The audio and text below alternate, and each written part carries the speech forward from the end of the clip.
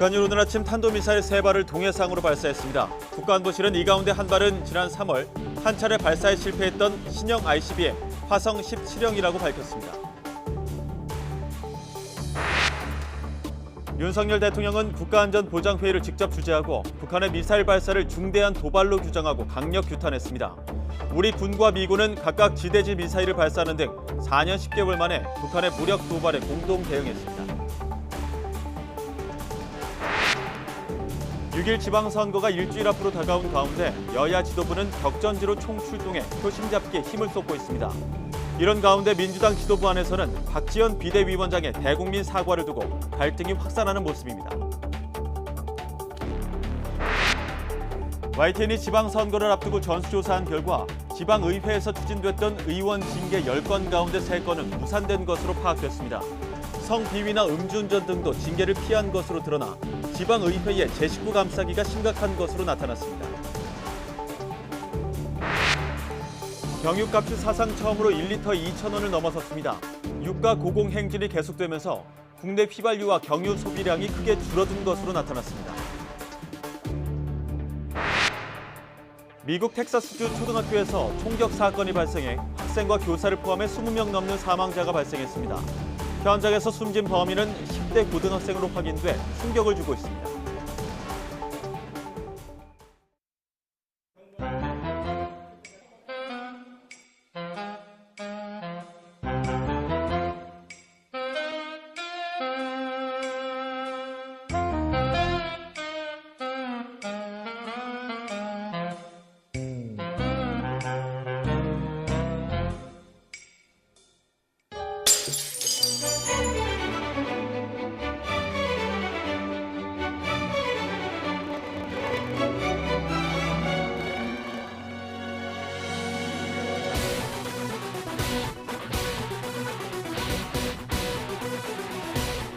제 몸에는 민주당의 피가 흐릅니다. 입법부의 수장으로서 할 말을 하는 의장으로서 역할도 하겠습니다.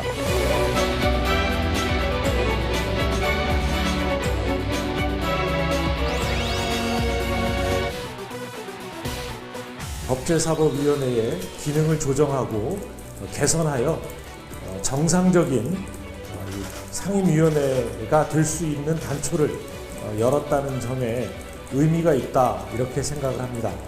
그 비정상을 정상으로 되돌리기 위한 노력의 일환으로 오늘 이렇게 여야 사이에 상임위원장 배분에 관한 합의를 이루게 되었습니다.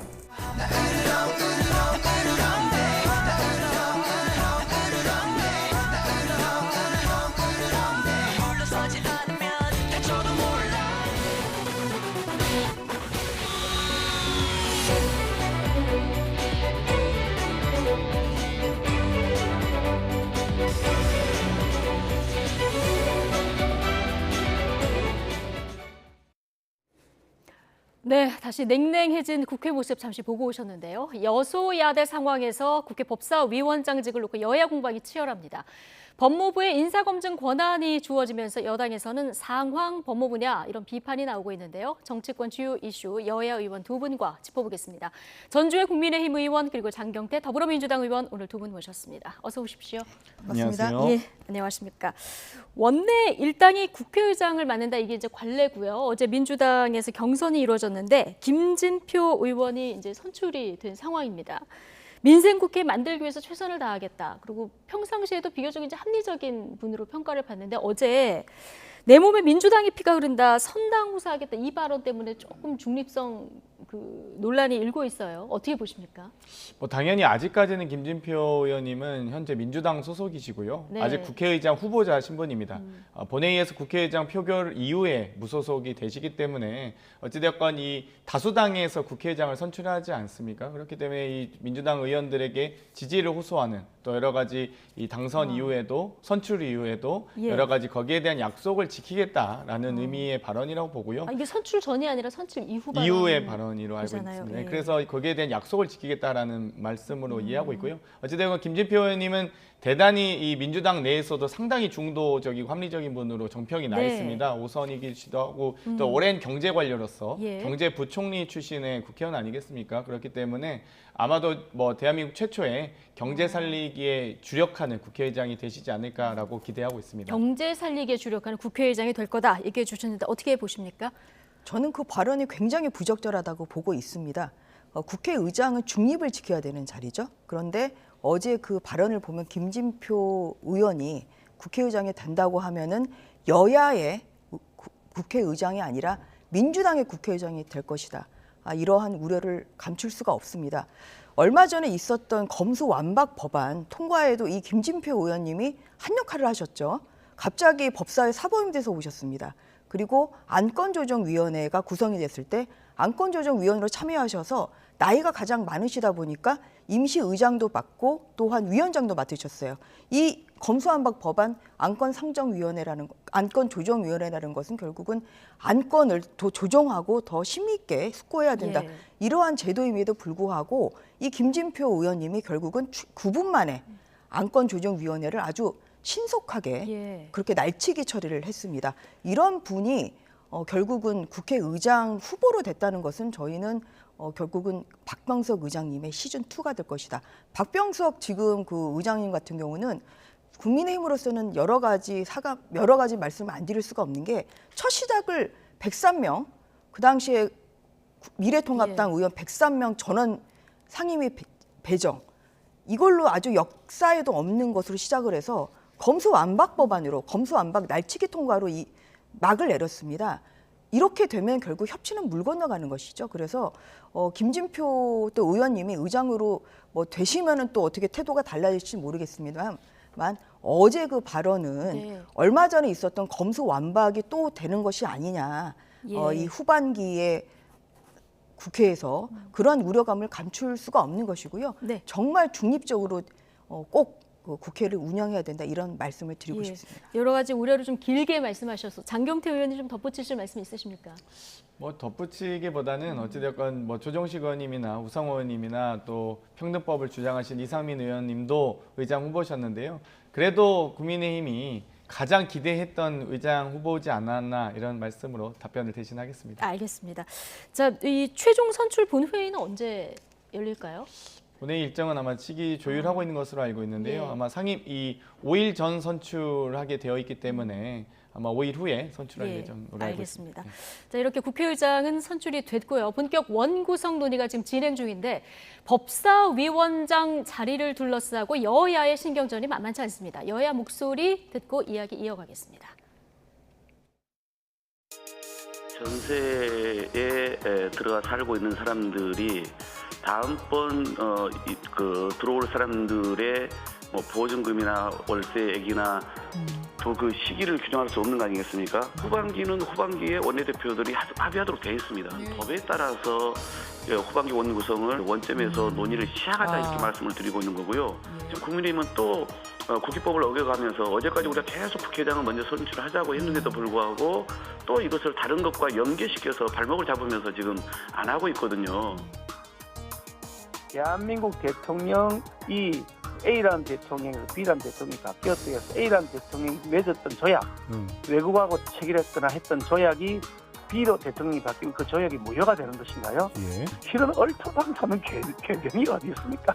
그래요? 아니 지나가는 소다 옷을 일이 많았어요. 자기들이 지금 뭐 모든 걸 다 권력을 틀어잡고 하겠다는 거죠. 자신들이 저지른 비리가 얼마나 크면 이렇게 끝까지 수사권을 방해하려고 하는 것이냐 하는 의심이 들 수밖에 없는 거죠. 네.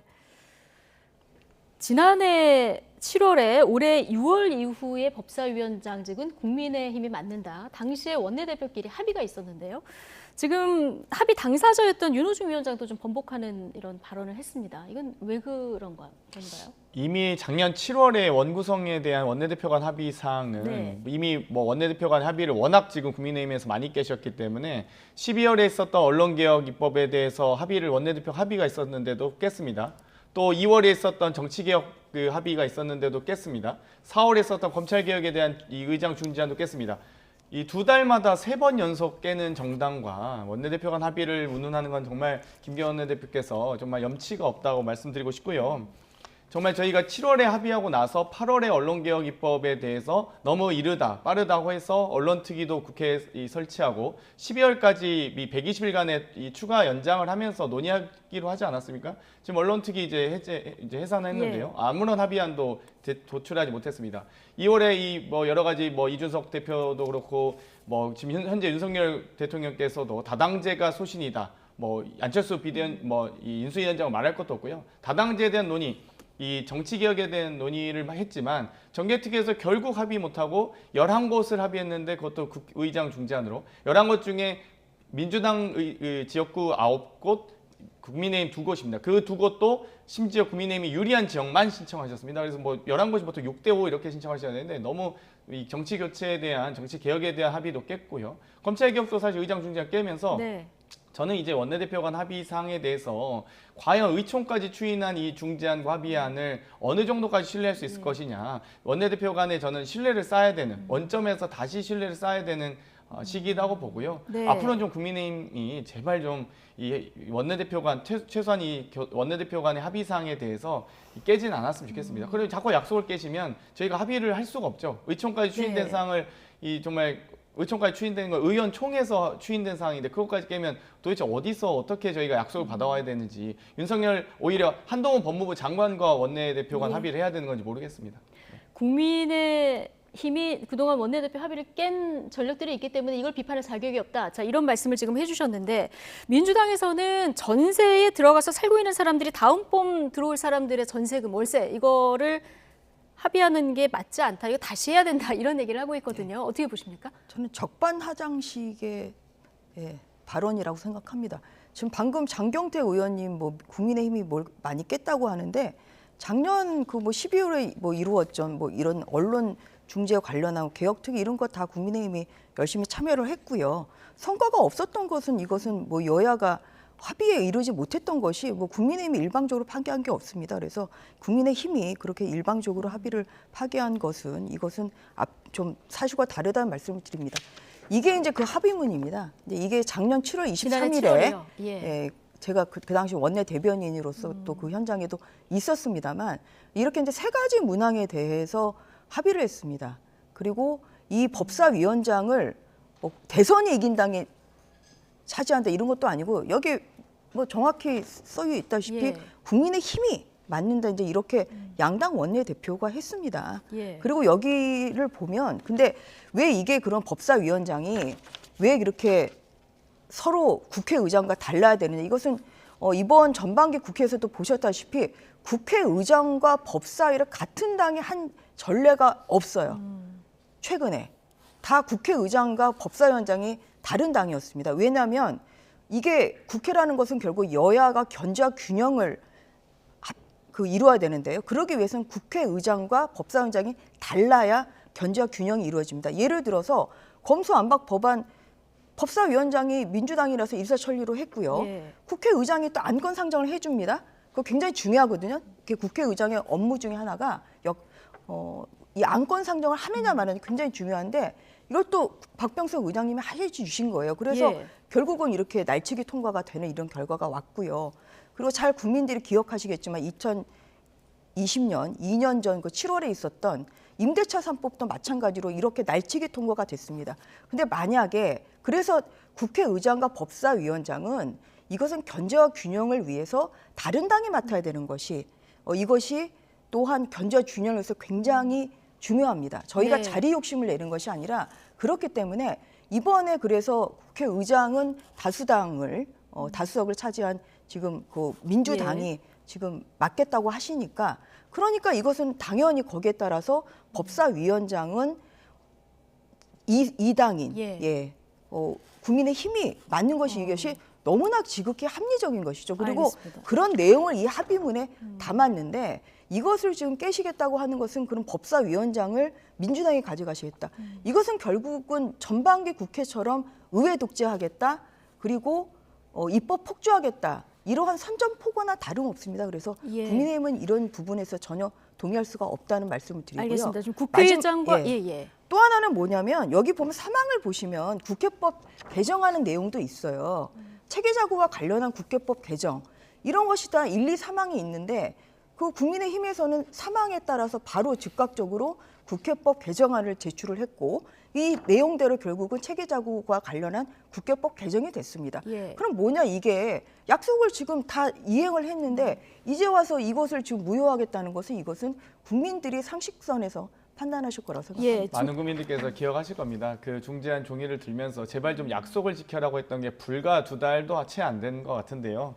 방금 이 법사위원장에 대해서 다수당이 하느냐 혹은 야당이 하느냐 이 논쟁은 16대 국회부터 이미 있었던 논쟁입니다. 이미 16대 국회 같은 경우는 뭐 DJ 정부이기 때문에 당연히 이 법사위원장과 이 또 의장과 일치하는 부분이 달랐습니다. 지금까지 16대, 17대, 18대, 19대 때로는 야당이 법사위원장 할 때도 있었고 때로는 의장과 법사위원장이 같은 당 소속일 때도 있었고 때로는 이 여당에서 소위 20대 국회만 해도 법사위원장 권성동 의원님이 직전에 하셨지 않았습니까? 그때는 정부 여당이었습니다. 그러니까 야당이 할 때도 있고 여당이 할 때도 있고 다수당이 할 때도 있고 아닐 때도 있고 이제 이런 부분들에 대해서 국회 관례를 운운하기는 좀 어려운 것 같고요. 정치의 영역이냐 입법의 영역이냐 이 부분도 좀 구분해서 만약 이 법사위원장이 정말 야당을 해야 된다. 방금 합의안을 이제 드셨다는 건 저는 이 정치의 영역이라고 생각하신다고 보는데요. 만약 무조건 야당으로 못 박자라고 한 법안을 발의하십시오. 그게 아니면 예. 정치의 영역이라고 생각하시면 권성동 약속을 의원님이, 지키는 걸로 예. 그러니까 이 원내대표 간의 약속을 지키는 쪽으로 이해하시면 좋을 것 같습니다. 권성동 의원님이 그때 법사위원장 했을 때는 민주당이 아시겠지만 한 석이 더 많았어요.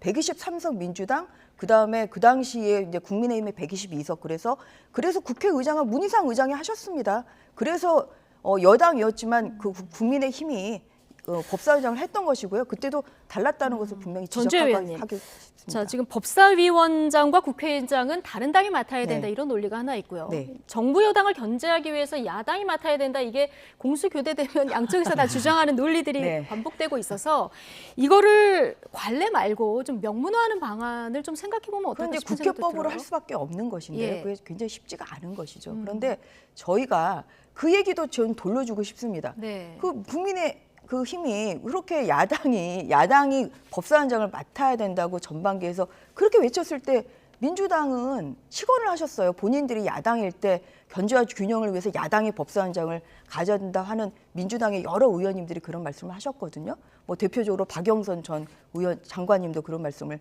의원 시절에 하셨고 그랬는데 여당 되니까 갑자기 법사위원장을 또 여당인 민주당이 가져가겠다 이렇게 해가지고 그때 전반기 상임위 구성 굉장히 늦어지지 않았습니까? 그래서 그런 것을 다 정리한 것이 바로 이 합의문이라는 말씀을 합의문 드리는 여러 것이고요. 번 이 드시는데요. 합의 정신에 맞춰서 견제와 균형을 살리고 제발 후반기에는 좀 협치를 하기를 간곡히 앵커께서 요청드리겠습니다. 여쭤보신 게 그런 거죠. 19대 때는 야당이 법사위원장 했습니다. 분명히 18대 때도 그렇고요.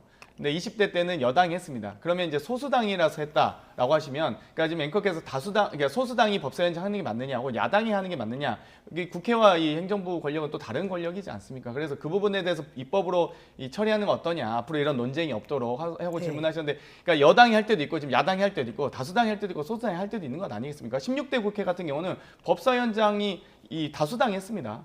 이때 논리는 DJ 정부 야당이라서 했다는 거거든요. 그러니까 16대 때와 17대, 18대, 19대 때, 20대까지, 21대까지 들어오면서 다 이 케이스가 결국 원내대표가 합의 사항이기 때문에 그런 이 논란이 있을 수 있다고 보는데요.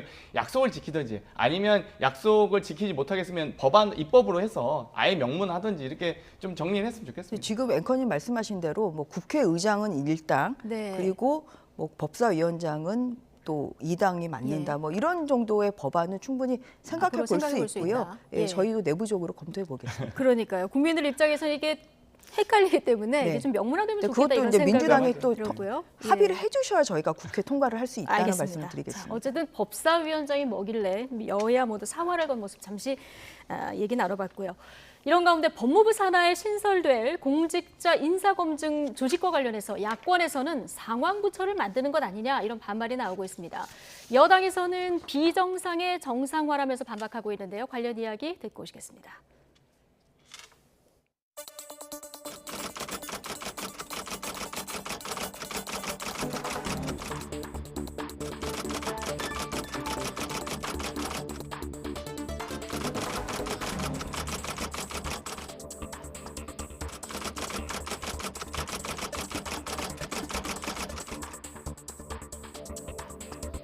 비정상의 정상화라고 표현할 수 있지 않을까 합니다.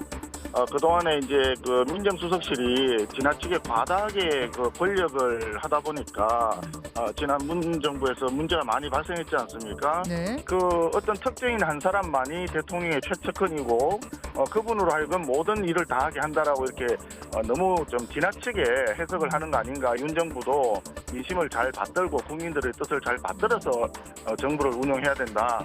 그렇게 저는 생각을 합니다. 네, 지금 상황 법무부냐 검찰 중심의 발상이다. 지금 야당 비판이 거센 상황인데, 자 전주혜 의원님, 민정수석실이 폐지됐고요. 네. 인사검증을 어디선가 해야 되는데 이걸 이제 법무부 산하에다 두겠다 이런 계획 아니겠습니까? 네. 너무 이제 권한이 집중된다 이런 비판이 나오는데 어떻게 보십니까? 그 윤석열 대통령이 후보 시절부터 이제 공약을 내세웠던 것이 민정수석실은 폐지하겠다 이런 말씀을 여러 번 하셨습니다. 네. 그 의미는 제왕적 대통령제의 폐해를 줄이겠다. 그러니까 본인은 민정수석실을 통해서 그동안 이루어졌던 뭐 여러 가지 뭐 불필요한 그런 또 부분을 이제 안 하시겠다. 사정이나 수사에는 관여 안 하시겠다. 이제 이런 말씀을 하셨고요. 그리고 민정수석실이 이제 폐지에 따라서 인수위 시절에 그러면 검증을 어디서 할 거냐. 거기서 나왔던 얘기가 법무부와 경찰이 할 것이다. 이미 인수위에서 이제 그렇게 방안이 마련이 돼 있었습니다. 그래서 어제 이제 발표된 인사정보관리단 출범은 이제 이러한 뭐 대통령의 후보 공약, 그 다음에 인수위에서의 또한 준비 이런 것이 현실화됐다고 이제 보시면 될 것 같습니다. 그래서 이것에 대해서 뭐 민주당에서 굉장히 발끈하시죠.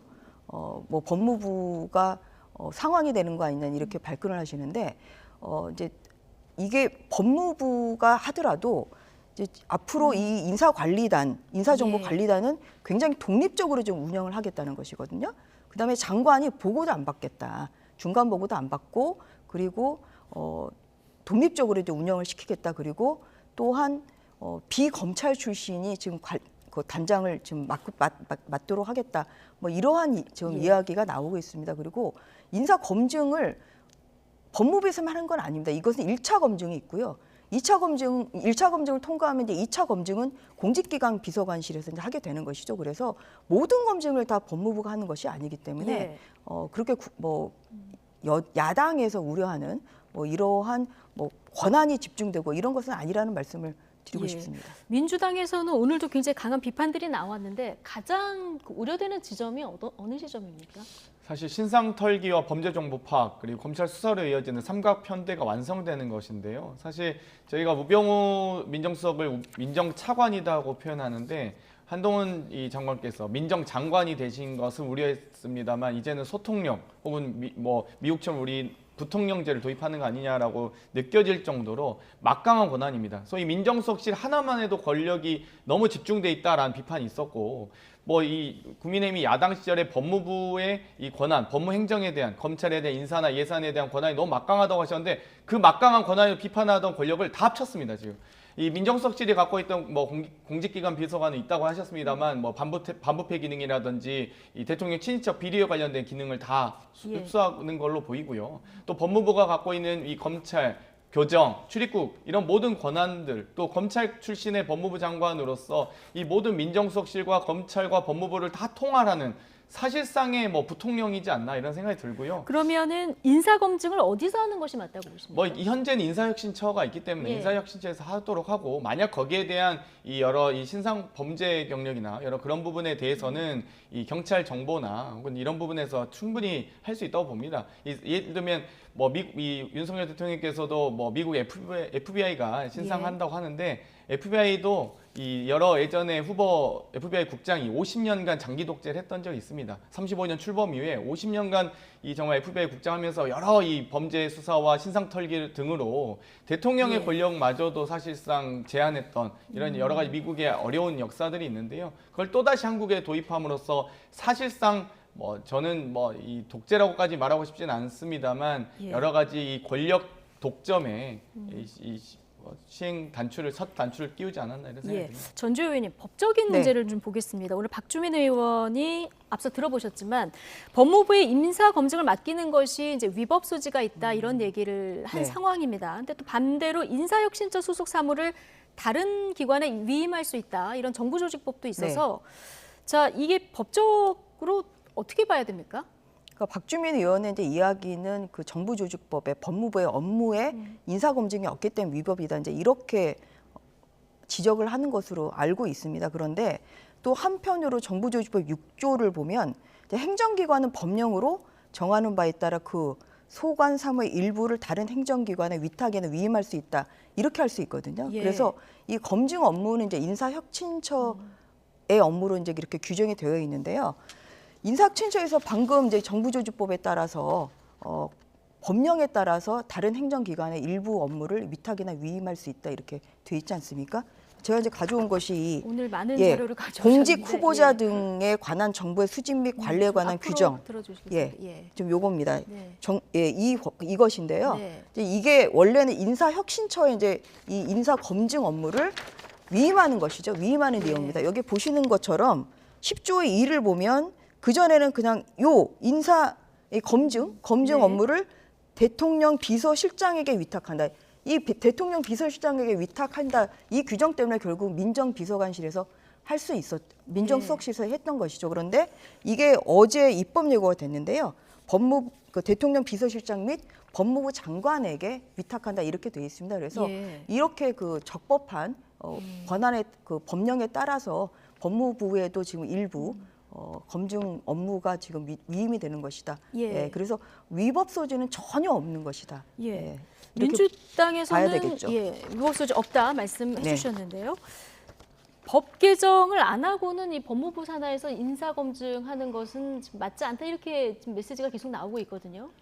여러 가지 정부에 관한 권한은 법으로 정하고 있습니다. 정부조직과 기능분장에 대해서는 정부조직법이 정하고 있고요. 그 정부조직법 산하에 이 법무부의 기능과 권한에 대해서 정확하게 명시하고 있습니다. 검찰, 인권옹호, 출입국, 그리고 교정 업무라고 되어 있습니다. 그러면은 정부조직법 법안을 왜 발의하고 왜 개정합니까? 그냥 경찰청 분원을 둔다 해서 경찰 정보도 떼다가 검찰 산하기관으로 넣으십시오. 시행령 개정해서 인사혁신처에서 업무 분장을 위임하실 수 있다고 시행령을 개정하셨는데 법을 개정하고 나서 법 다음이 시행령 아닙니까? 그러면 인사혁신처뿐만 아니라 경찰청법 시행령도 개정하셔서 경찰청 정보기능도 빼시고요. 국정원법 시행령 개정하셔서 국내 정보기능도 검찰 산하기관으로 넣으십시오. 그렇게 위탁 사무하실 수 있으면 검찰이 다 하시면 되겠네요. 그러니까 이 말 자체가 법이 정하고 있는 법이 정확하게 이 권한과 기능을 명시하고 있는데 시행령을 개정해서 한다? 박근혜 정부 때 그래서 다 문제된 거 아닙니까? 법이 정하는 권한 밖을 시행령을 위임해서 개정하다 다 문제됐는데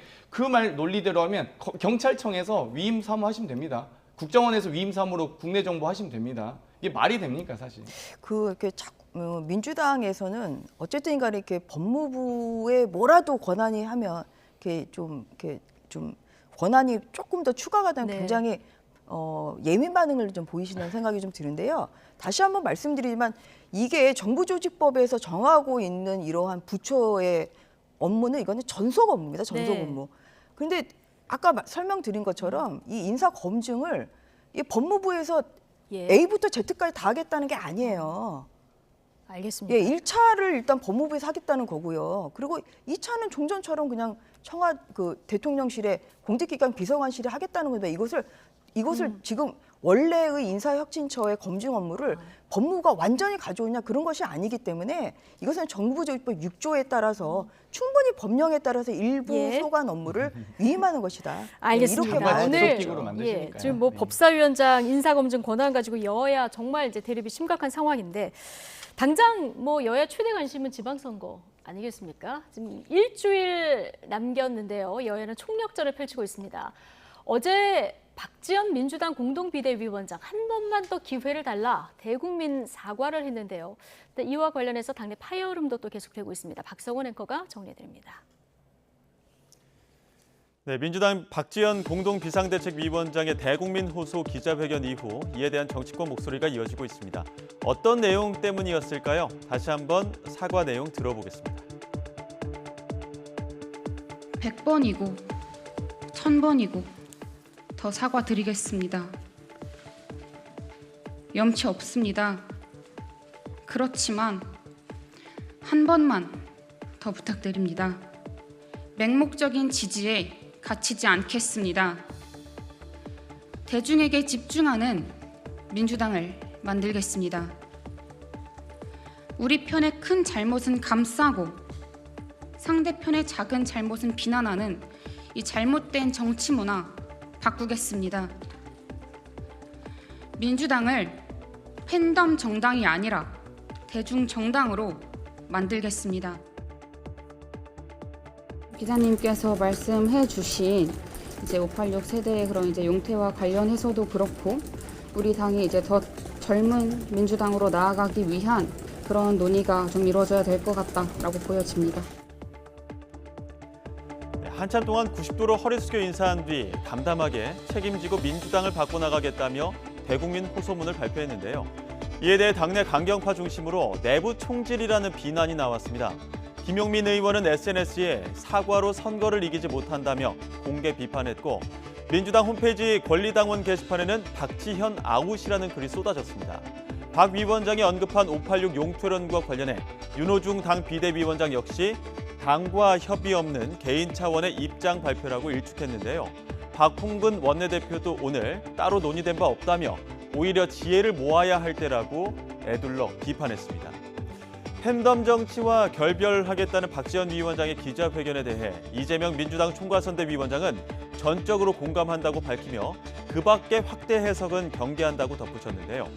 하지만 이재명 선대위원장의 팬카페 재명인의 마을에서 비판이 잇따랐습니다. 이른바 개딸로 불리는 강성 지지층을 중심으로 박지원 위원장을 향한 날선 비난들이 이어지고 있습니다. 이러한 현상이 이어지자 박용진 더불어민주당 의원은 우려스러운 부분을 정면으로 얘기한 건 용기 있는 말이라며 박 비대위원장의 옆에 서겠다고 전했습니다. 들어보시죠. 저는 오히려 그 솔직하고 즉각적이고 직선적인 사과가 더 울림이 있을 거라고 보고요. 제가 지금 이 바쁜 와중에 무엇을 질문하실지를 뻔히 알면서 제가 이 인터뷰를 하는 이유는 제가 박지원 비대위원장 옆에 서겠다고 하는 의미예요. 한편 박 위원장이 사과문을 발표한 당일 국민의힘 이준석 대표도 맞불 성격의 기자회견을 열었습니다. 다른 생각하지 않고 원 없이 일할 수 있게 도와달라며 민주당의 사과는 사과의 구성 요건을 갖추지 못했다고 비판했는데요.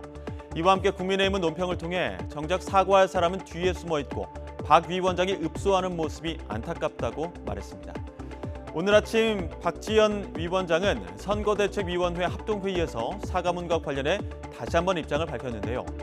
왜 사과를 자꾸 하느냐는 분들이 많았지만 국민의 분노가 깊어지기 전에 호소가 시급했다며 특히 586 정치인 용퇴를 논의해야 한다고 다시 한번 내부 상황을 직격했습니다.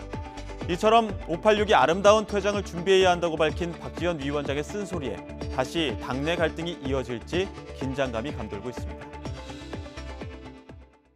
네, 한 번만 기회를 달라. 어제 박지원 공동 비대위원장이 대국민 사과를 했는데요. 지도부에서는 오늘도 이거 개인 의견이다 이런 반응이 나왔습니다. 당내 이견들이 좀 있는데 오늘 지도부 회의가 있었던 걸로 알고 있습니다. 뭔가 이견들에 대한 조율이 좀 있었습니까? 사실 지금 우리 박지원 비대위원장께서 이 당 대표의 직무대행을 하고 계시기 때문에 개인의 의견은 아니시게 하는 게 가장 중요하거든요. 그러니까 당연히 선거 국면에서는 저희가 당연히 더 겸손하게 더 낮은 자세로 절박하게 선거운동하는 건 당연합니다. 그런데 저 말씀이 선대위 출범식에서 하셨으면 참 좋았겠다라는 생각을 하고요. 시기가 맞지 않는다고 보시는 지금은 건가요? 어찌되면 선거운동 기간 아니겠습니까? 네. 국민들께 또 시민들께 왜 우리 후보를 공천했고 우리 후보가 어떤 비전과 철학 그리고 어떤 자질이 있는지를 알려야 되는 상황이라서 과연 이 후보 우리 지금 열심히 뭐 광역단체장뿐만 아니라 기초의원까지 많은 후보들께서 정말 한 3,000여 명 가까운 후보들께서 열심히 후보와 선거운동원들이 뛰고 계신데 그런 분들에게 좀 더 이 자기를 어필할 수 있는 좀 더 기회를 좀 더 마련하는 게 더 중요하지 않나라는 생각을 그렇군요. 합니다. 장경태 의원님도 이제 개인적인 기자회견이다 이런 의견이신 것 같은데 586 용태론을 이제 다시 꺼내 들었는데 오늘 그 비대위 비공개 회의 때 큰 소리가 났다 이런 얘기도 전해지고 있고 저 윤호중 위원장도 쇄신안 발표는 금시초문이다 이런 얘기를 하셔서요. 제가 3월 달에 이제 민주당 혁신위원장으로서 세대균형 공천론 4차 혁신안을 발표하기도 했는데요.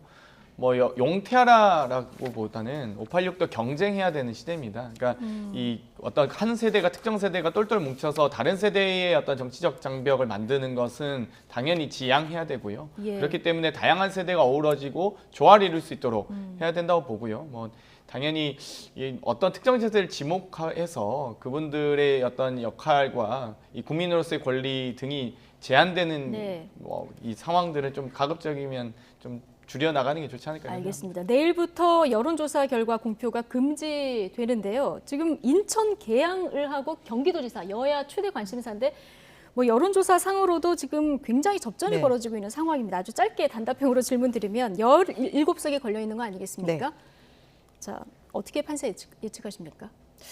뭐 조심스럽습니다만 네. 저희는 뭐 최소 10군데 최소 10군데. 그리고 최대 12군데 이제 광역 시단 그 시도지사는 좀 승리하지 않을까 그렇게 좀 보고 있습니다. 이제 네. 그리고 또 굉장히 중요한 게 뭐 서울 같은 경우는 25개 이제 구청장 중에 뭐 4년 전에는 한 군데만 이제 국민의힘이 이겼거든요. 근데 이제 구청장도 저희는 예. 한 절반 정도는 예, 또 국민의힘이 좀 승리해야 된다.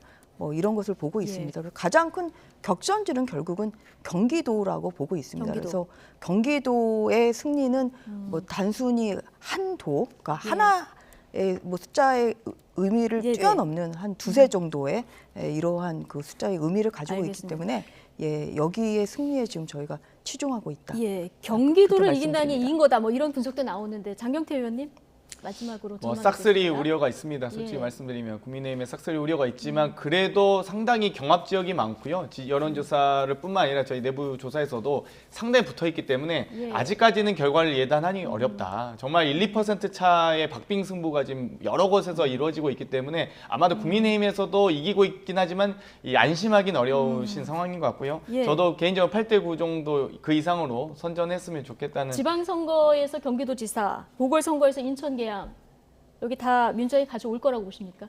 뭐 일단 저희가 민생 네. 후보 지역 일구는 저희가 충분히 자질 면에서 앞선다고 생각합니다. 알겠습니다. 오늘 두 분 네. 말씀은 여기까지 듣겠습니다. 전주의 국민의힘 의원 그리고 장경태 더불어민주당 의원 두 분과 함께했습니다. 고맙습니다. 네, 수고하셨습니다.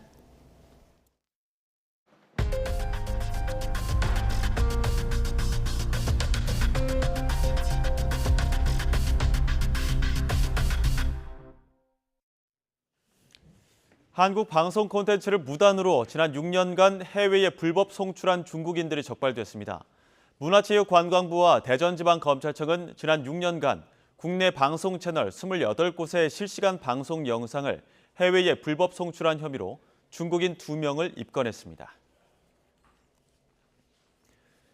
일본에서 미일 정상회담이 열린 지난 월요일 중국 군함 2척이 한국, 일본과 가까운 쓰시마 해협을 통과해 항해했다고 중국 관변 매체가 전했습니다. 중국 글로벌타임스 신문은 일본 방위성 발표를 인용해 이같이 보도하면서 쓰시마 해협을 통과한 중국 군함은 유도미사일 프리게트함인 휘저우 함과 한단함이라고 설명했습니다. 조 바이든 미국 대통령은 첫 아시아 순방을 마친 뒤 귀국길에서 북한의 탄도미사일 발사 보고를 받았습니다. 한미 당국이 긴급 조율에 나선 가운데 미국 정부는 앞서 북한의 추가 도발에 대한 제재 방침을 분명히 했습니다. 김진호 기자의 보도입니다. 바이든 미국 대통령이 한국과 일본 방문을 마치고 귀국했습니다. 에어포스 1에서 내린 바이든 대통령은 전용 헬기를 타고 백악관으로 복귀했습니다.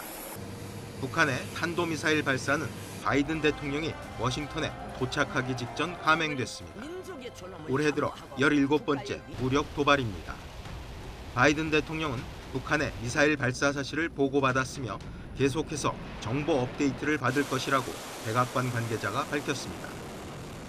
미국은 북한의 발사를 평가하고 동맹과 면밀히 협의 중이라며 미국과 동맹의 즉각적인 위협은 되지 않지만 북한의 불법 무기 프로그램이 정세를 불안정하게 한다고 강조했습니다. 미국 정부는 바이든 대통령의 아시아 순방 기간 동안 북한의 도발 가능성을 꾸준히 거론하며 경계를 늦추지 않았습니다. 특히 국제사회가 북한의 도발 책임을 지도록 하는 게 중요하다고 강조했습니다. We believe it is important for the international community to weigh in on the side of accountability for these provocations, to impose costs on the DPRK for its continued provocations. 그러면서 바이든 대통령이 이번 순방에서 한국, 일본과 북한에 대가를 치르게 하는 방안을 논의했다고 전했습니다. 미국 정부의 계속된 경고에도 불구하고 북한이 추가 도발을 감행함에 따라 미국의 향후 대응이 주목됩니다. YTN 김준호입니다.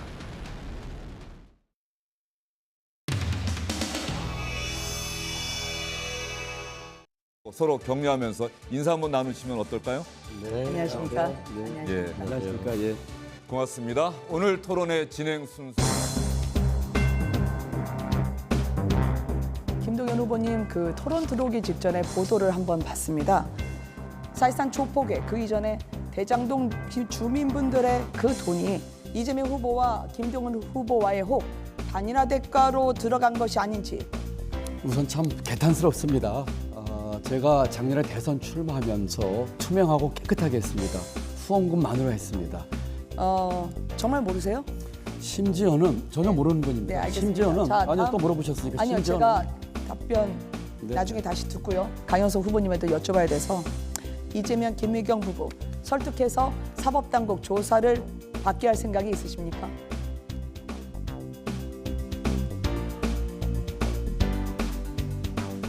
네, 이재명 김의겸 후보 설득해서 사법당국 조사 받게 저는 할 생각이 강연히 있으신가요? 죄송합니다. 예. 저는 우리 김은혜 후보께 여쭙겠습니다.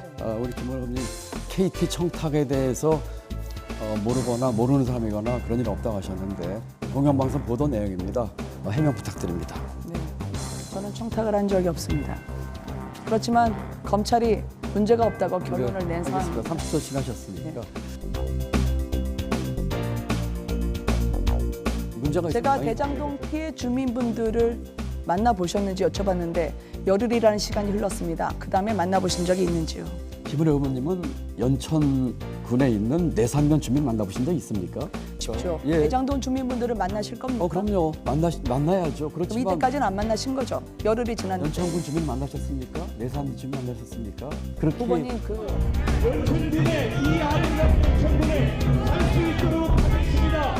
저부터 깨끗하고 당당해야죠. 우스갯소리를 하면 저희 남편도 저한테 약속을 했습니다. 혹시나 나중에 제가 경기도지사가 돼서 제 법인카드 안 가져가겠다고 약속해달라. 쇠고기 안 사 먹겠다고 약속해달라.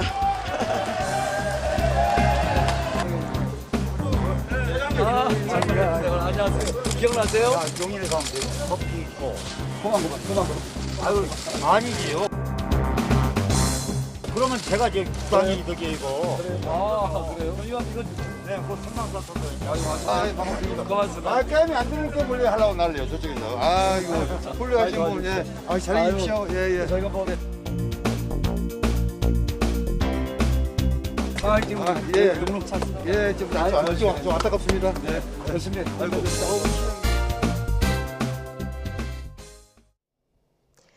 어제보다는 덜하지만 오늘도 때이른 더위가 이어지고 있습니다. 현재 서울 기온 26.3도, 대구는 33.2도를 가리키고 있습니다. 이렇게 기온이 크게 올라 대기가 불안정해지면서 퇴근길 무렵까지 강원과 충북, 남부 곳곳에는 한때 소나기가 내리겠습니다. 돌풍과 벼락이 동반되고 우박이 떨어지는 곳도 있겠습니다. 또 밤사이에는 곳곳에 더위를 식혀주는 비가 내리겠습니다. 예상되는 비의 양은 5에서 20mm가 되겠고 경기 북동부와 강원 영서북부는 모레 새벽까지도 비가 오락가락 이어지겠습니다. 내일 아침 기온은 오늘보다 1도에서 3도가량 낮겠습니다. 서울 14도, 청주는 15도로 예상됩니다. 이 낮 기온은 오늘보다 3도에서 5도가량 낮겠는데요. 서울 24도, 광주는 26도로 더위가 주춤하겠습니다. 날씨 정보였습니다. 네, 수요일 더 뉴스 마치겠습니다. 함께해 주신 여러분 고맙습니다.